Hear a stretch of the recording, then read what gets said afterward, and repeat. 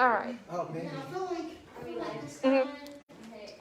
Hi everyone, welcome to Harrison Hall for Storytime. Today we have some very special guest readers, our Cedar Fire Department. So they're going to read you some stories as well as taking you on a tour afterwards of the fire truck.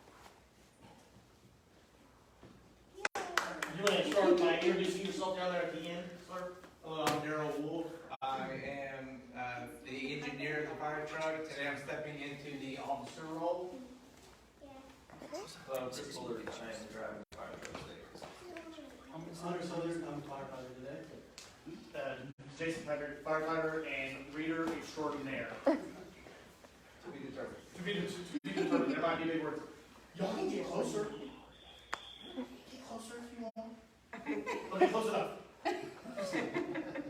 Alright, which one do y'all want to start with? Do y'all want to start with Sparky the Fire Dog? Firefighter Ted. Or Firefighters A to Z? No, nobody has a preference, so we'll go with Firefighter Ted. Chris Bullard would really like to read that book. I mean, Hunter would like to read this book. Is he the newest firefighter? He is the newest firefighter. Yeah, that's... The one with the most work to go to him. The kids have to be able to see it. There you go.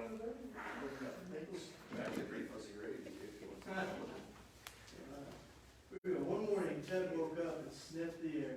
It smelled like smoke. That's not good, thought Ted. I need a firefighter. I can see it. Ted looked everywhere, but he couldn't find one. And since Ted couldn't find a firefighter, he became a firefighter. But every firefighter needs a fire truck. Firefighter Ted found a fire truck that was lucky. He thought, I need a fire extinguisher too. Firefighter Ted looked everywhere else. Since he couldn't find a fire extinguisher, he made one. Now where is that fire? Thought Firefighter Ted.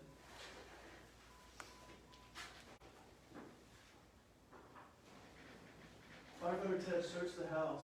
The kitchen was filled with smoke. It rose from a plate on the table. Stand back, shouted Firefighter Ted. He put out the toast and replaced his mother to safety. That was your breakfast, said his mother. It still is, said Firefighter Ted, and now it's nutritious and safe. Go to school, said his mother. Remember, said Firefighter Ted, only you can prevent breakfast fires. It was very hot outside. The sidewalk sizzled and hurt Firefighter Ted's feet. He saw a kitten on a hot sidewalk and it needed help. Firefighter Ted rescued the kitten and 2 puppies and 3 tricycles.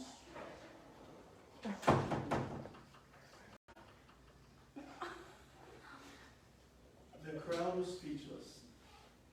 No need to thank me, said Firefighter Ted, and he waved to the crowd. When Firefighter Ted arrived at school, the principal was waiting for him in the hallway. You were late, said Principal Bingham. Firefighter Ted frowned. You were blocking the fire alarm, he said. And he helped the principal to safety. Principal Bingham turned bright red. Watch out, said Firefighter Ted. You're overheating. Principal Bingham's face turned redder and redder still. Stop, drop, and roll, said Firefighter Ted. And he helped Principal Bingham to safety again. That is very helpful. Principal Bingham was speechless. He pointed to Miss Johnson's room. No need to thank me, said Firefighter Ted. Miss Johnson's students were in line at the door. They were going to see the science fair exhibits in the cafeteria. A parade, shouted Firefighter Ted. Firefighters always lead parades. Firefighter Ted led the parade down the hall. Woohoo, woohoo, woohoo.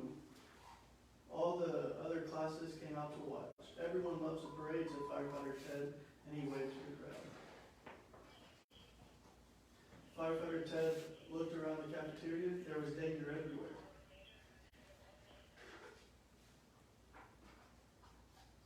Volcanoes, yelled Firefighter Ted. He jumped into action. Firefighter Ted stopped the volcanoes from erupting and helped the students to safety. They were speechless. No need to thank me, said Firefighter Ted. Suddenly, Firefighter Ted smelled something burning. A thin stream of smoke rose from Principal Bingham's pants. Uh-oh. The smoke got thicker and thicker, his pants got hotter and hotter. Principal Bingham ran this way, and that help, he yelled. Call a tailor, call the janitor, call the library. Just call somebody. But firefighter Ted was already there. He helped the principal to safety. He pulled the fire alarm and started the fire sprinklers. Just then, the tailor arrived with the janitor and a librarian. You need pants, said the tailor, and a mop, said the janitor. Good thing you had firefighter Ted, said the librarian. Those librarians are smart. My work here is done, said firefighter Ted. You can keep the fire extinguisher, and remember, only you can prevent pant fires. That night, Ted put away his fire truck and went to bed knowing he had done a good job. He lay awake for a very long time. There's so much to know about fire safety, he thought a poster could help everyone understand. Ted did not have a poster, but I could make one, he thought, only if I had a paintbrush. The end. We put out a lot of campfires. We do put out a lot of campfires on a daily basis. Yay! Good job. This has a lot more words in it than I expected. The next book we're going to read is Sparky the Fire Dog. And Can you read upside down? I'm going to try. I'm going to try my best to read upside down. If I do a bad job, will y'all let me know? Okay, thank you. Because I'm going to read upside down so y'all can actually see the pictures, unlike somebody. Welcome to Fire Station number 5. My name is Sparky. I'm the good-looking fire dog sitting down in the front. That's it right there. Dogs like me that have white fur with black spots are called Dalmatians. I'm an important member of the fire station team. I help wash and wax the fire truck and straighten the hoses. I love the fire station, but I didn't always live here. Oh, there's Sparky right there. I used to live outside at schoolyard. Every day a nice girl fed me pieces of her peanut butter and jelly sandwich. One day I followed the girl home from school. Suddenly I smelled smoke. Her house was on fire. I ran all the way to the fire station to tell the firefighters.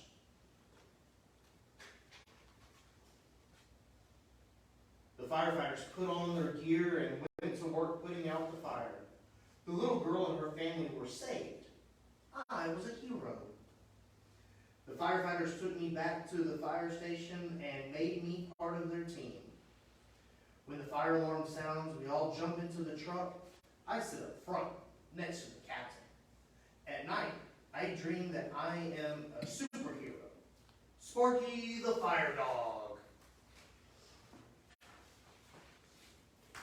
Look, it's Sparky the Fire Dog. Roger, Rhino cries, pointing to the sky. I must land quickly and inspect those homes. There's no time to lose. Safety first. Come on up, dude. You're good. Come on. Scared. Back away from the guy talking to me. Hi, Sparky, says Ellie Elephant. What are you doing here? Do you want to play frisbee with us? Asked Iggy Iguana. I'm looking for fire dangers, and I need some junior inspectors to help me. We'll help, Roger, Ellie, and Iggy shout. Roger knocks at Miss Sheep's from front door. Hello, I'm out back, a voice calls. It's Sparky and the junior inspectors. We're here to inspect your smoke alarms. Only 86 more pages. Miss Sheep lets us in, and I change the battery in her smoke alarm. It's important to test the battery every month to make sure it's working. Miss Sheep thanks us and gives us the mittens she's been knitting as a reward for our help.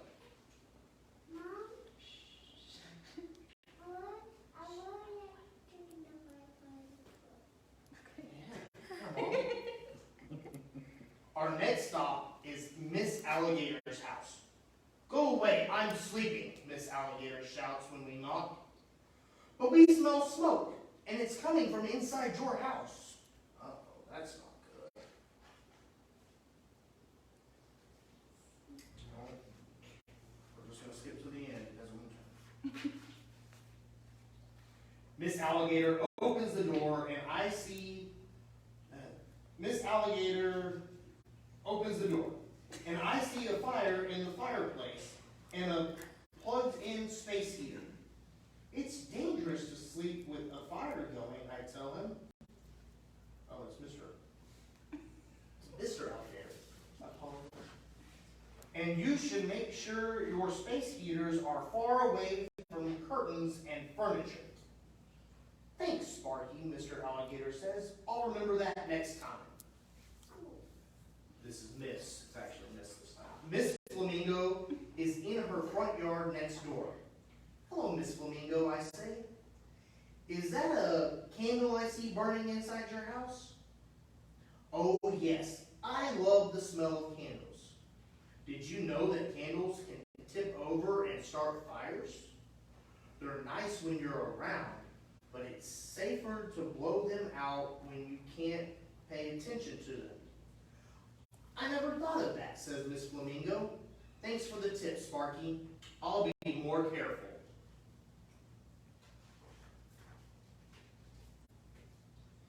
Next, Ellie brings the junior inspectors to her home.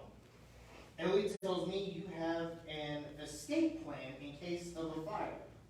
I say to Miss Elephant. Miss Elephant nods and shows us the plan. We have a meeting place across the street in the park. We have family fire drills too, so the children will know how to get out of the house in case there's a fire.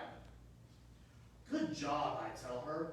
And remember, when a smoke alarm sounds off, get outside and stay outside until the fire department says it's safe. I'll remember that, Sparky. After all, elephants never forget. I have a thing, and it's hot to temperature. Yep. When it gets hot, I agree. The Tiger family lives at the next house. Hi, Miss Tiger. I'm Sparky the Fire Dog. I see you have twins. They must keep you busy. They sure do, especially when I'm cooking, Miss Tiger says. We can help with that. The junior inspectors measure out a safety zone around the stove. A 3-foot kids-free zone around the stove.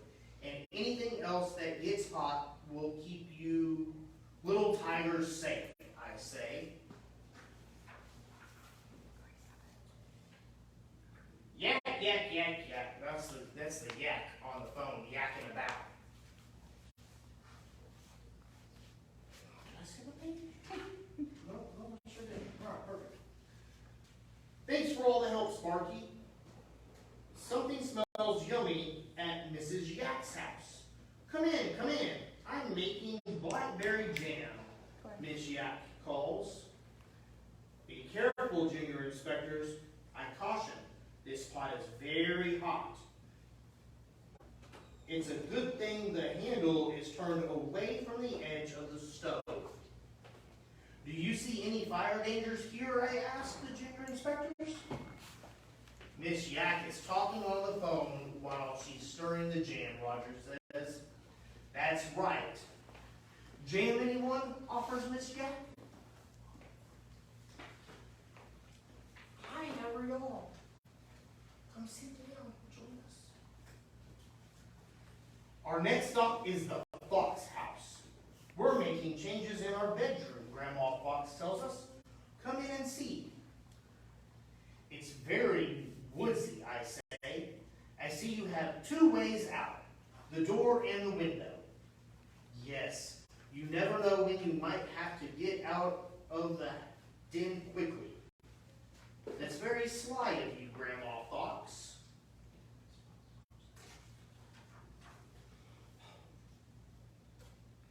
I want you to meet my grandpa, Iggy says, pulling all of us along to his house. When we get inside, I see that Mr. Iguana has left matches and a lighter on the table. Uh-oh. You should keep matches and lighters up high in a locked cabinet, out of the reach of children, I tell Mr. Iguana. And junior inspectors, if you find matches or a lighter, tell a grown-up. I want to be a firefighter just like you when I grow up, Iggy says. Our next stop is Roger's house. Hi, Mrs. Rhinoceros. I'm here to ask you a few questions about fire safety. Do you know who to call if there is an emergency? That's easy. The fire department. Do you know the number, I ask? I know, exclaims Roger. It's 911. Good for you, Roger. You got it right. Thanks for stopping by, Sparky, Miss Rhinoceros replies. Come back and see us anytime.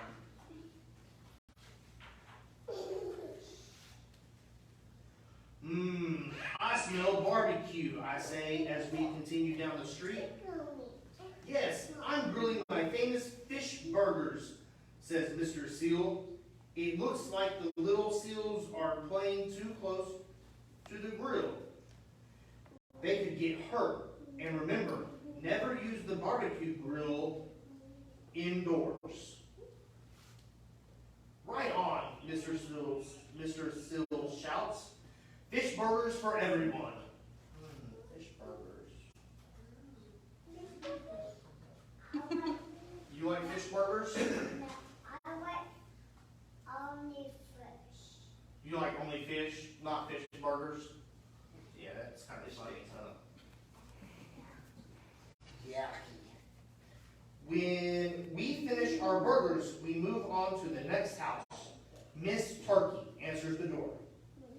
Hi, my name is Sparky the Fire Dog. I noticed that you don't have a number on your house. It's important for firefighters to be able to see your house number from the street.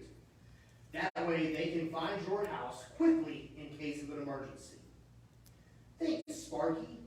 We'll fix it right away. Come on, junior inspectors, it's time to go. I think I hear an alarm. Clang, clang, clang, clang. I wake up with a start. The fire alarm is ringing. I jump into the fire truck right next to the captain, and the truck races to a fire. I love being a fire dog. The end.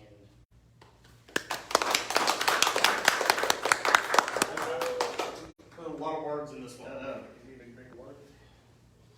Yes, and thankfully our Cedar Hill library staff provided us with one. It's important to stay hydrated. All right, we ready? Firefighters, A to Z. Does everybody know the alphabet? Does everybody know how to count to 10? Okay, this is all about numbers. Just kidding. It's all about the alphabet. A is for alarm, that is ringing loud and clear. B is for boots, stowed in our own bunker gear. C is for the chief, whose experience we trust. D is for Dalmatian, the firehouse must. E is for engine, exiting the bay. F is for fire, we see far away. G is for go, as we race to full speed. H is for hoses and hydrants we need. I is for inside, start the primary search. J is for jump, if you feel the floor lurch. K is for K-tool, to open locked doors. L is for ladders, that rise over floors. M is for mask, into which we clean our air flows. N is for nozzle, attached to the hose. O is for opening places fires hide. P is for pickaxe, to make holes wide. Q is for quickly, which is how fire spread. R is for rope, hauling tools overhead.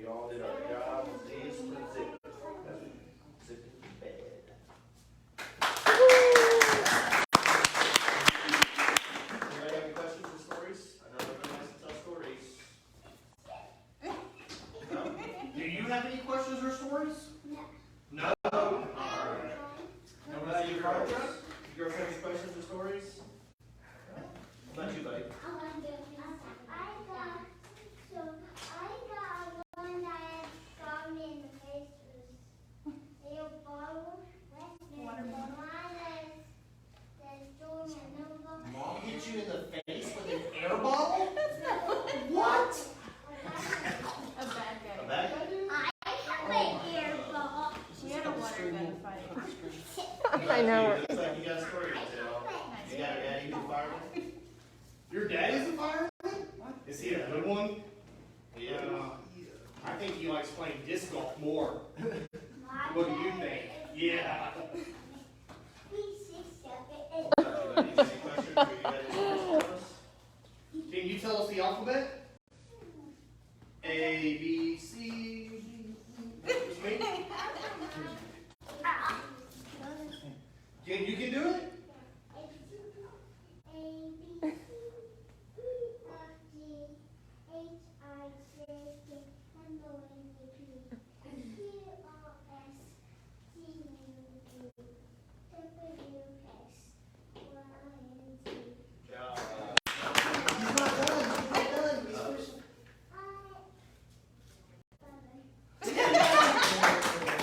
Does everybody know the difference between fire trucks and fire engines? Anybody?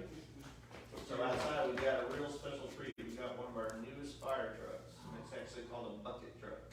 It's one of the biggest fire trucks we got. It actually is the biggest fire truck we have in Cedar. You want to go see it?